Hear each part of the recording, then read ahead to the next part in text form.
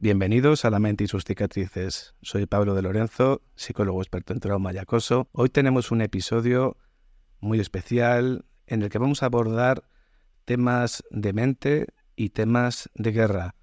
Temas en los que la humanidad se ha visto al límite y la mente también. Abordaremos un montón de cuestiones y de términos que pueden resultar incluso curiosidades y que pueden ser muy interesantes incluso para las personas que no sean aficionadas a los temas bélicos. Para la entrevista de hoy vamos a tener con nosotros al historiador Andoni Román.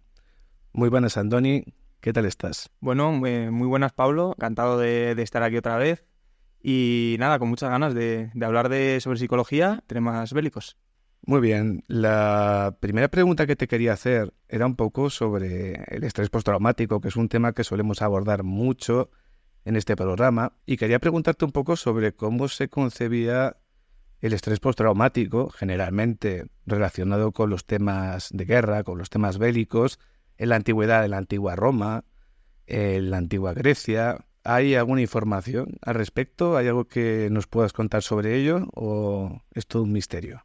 Sí, pues en primer lugar tendría que decirte que hay dos escuelas, por así decirlo, que han tratado este tema. Una de ellas está encabezada por Quinn Rees, un historiador británico, que es la escuela universalista, y otra es la relativista, que está encabezada por Jason Crowley. La escuela universalista lo que viene a decir es que sería indiferente la época y el contexto, digamos, militar o operativo, ya que los síntomas se darían de una forma muy similar o prácticamente exacta a los síntomas que vemos hoy en día en muchos casos. Por otra parte, los relativistas abogan por una perspectiva, como su propio nombre indica, mucho más relativa, de que la circunstancia y las tácticas que se empleaban en la guerra antigua condicionarían mucho la sintomatología que se vería, ¿no?, en los pacientes. Además, no abogan por llamarlo estrés postraumático, puesto que entienden que sería un presentismo, ya que el concepto de estrés postraumático es una concepción muy nueva y que no podría aplicarse a la antigüedad ni al paradigma mental de los antiguos. Pero claro, estas teorías están basadas en fuentes que están pues abiertas a debate, ¿no? Estas fuentes son, en primer lugar, tenemos en la Grecia clásica el caso de Gorgias. Gorgias es un historiador del siglo V que escribe en torno a la época de la guerra del Peloponeso, finales del siglo V, y habla sobre la guerra de Troya. Es una guerra mítica, la historia en este momento se escribe con una entonación mucho más legendaria, entonces, pues bueno, no es muy verídica, ¿no? Pero es la fuente que tenemos de la Grecia clásica. Y tiene algunas anotaciones sobre algunos casos para lo que parece ser estrés postraumático de algunos soldados que lucharon en la guerra de Troya. Pero lo que vuelvo a decir, es una fuente un poco dudosa porque, bueno, está basada en una guerra mítica. Es posible que se basara en la de facto guerra del Peloponeso que estaba viviendo en ese momento, en casos reales, pero en todo caso, pues no lo sabemos. Unas fuentes que son más fiables son las de época romana. Por ejemplo, Apiano, en el 40 a.C., escribe sobre un soldado llamado Questius Macedonicus, que literalmente, cito textualmente, dice que en algunos momentos durante el combate y después de él estaba fuera de su ser y que incluso tras la experiencia del combate llegó a suicidarse, ¿no? También tenemos unos años atrás a Plutarco, en el siglo II a.C., finales, que escribe sobre la vida del general Mario, el general romano, y habla de pesadillas, terrores, al fin y al cabo de un sueño alterado en muchos soldados del general. Y por último tenemos también una fuente epigráfica, que es la de la lápida de Ulpius Optatus, que era un legionario, y en su lápida se dice literalmente que durante el combate, al parecer, en una ocasión se cambió a un modo berserker, a un modo enloquecido, lleno de ira y que embistió contra el enemigo sin piedad, ¿no? Entonces, pues bueno, ¿qué respuesta podemos dar sobre si hubo casos similares en la antigüedad o si hubo diferencias entre los actuales y los antiguos? Pues la respuesta más plausible o más aceptada que podríamos dar es que es muy probable, los indicios apuntan a eso, que hubiera estrés postraumático o síntomas muy muy parecidos. Lo que es cierto es que no sabemos si la sintomatología era completamente igual ni la frecuencia con la que se daba, pero lo más seguro es que hubiera.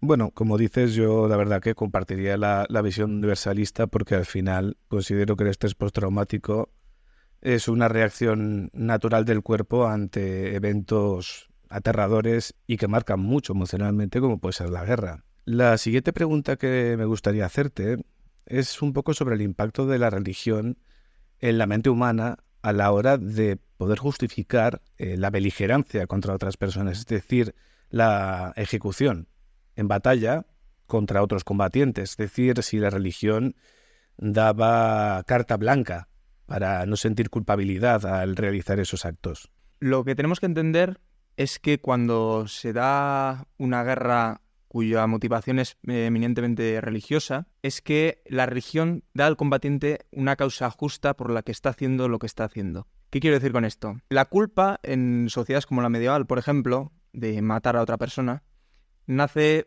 principalmente del pecado, que el pecado al final tienes que rendir cuentas ante Dios. Si tú estás embarcado en un conflicto, en una guerra, en la que estás emprendiendo la voluntad de Dios, digamos que el pecado ya no existe. Matar deja de ser pecado y se convierte en algo deseable. Por lo que el acto de matar se convierte en algo muchísimo más sencillo. Y eso tenemos que entenderlo para poder entender cómo era la experiencia del combatiente en una guerra religiosa. Se me viene a la mente, por ejemplo, el caso de las cruzadas, es el caso más paradigmático, o por ejemplo el de la yihad islámica. Literalmente se decía que aquel cruzado que muriera en Tierra Santa iba directo al cielo y que matar al infiel era el camino a Dios, era lo que más te podía acercar a Dios. Por tanto, se convertía en algo deseable. A modo de curiosidad, me contaron una vez que, bueno, a mí me gustan mucho las plantas, la jardinería y todo esto, y una de las plantas más venenosas de toda la cuenca del Mediterráneo es la adelfa, que aparece en riberas de ríos y en zonas con cierta humedad. Y hay un relato en el que un batallón en la Guerra de la Independencia, en el sur de España, fue aniquilado porque les recibieron en un pueblo del sur las personas que estaban con mucho cariño y les prepararon unos conejos que habían sido asados con palitos o con leña de adelfa. ¿Esto puede ser cierto o tiene pinta de mito? Yo la verdad que este caso no lo conocía, estuve indagando un poco sobre ello y encontré tanto argumentos a favor como en contra. Sí que es verdad que los argumentos a favor yo no veía que estuvieran sustentados en... ¿Te está gustando este episodio? Hazte fan desde el botón Apoyar del podcast de Nivos. Elige tu aportación y podrás escuchar este y el resto de sus episodios extra. Además, ayudarás a su productor a seguir creando contenido con la misma pasión y dedicación.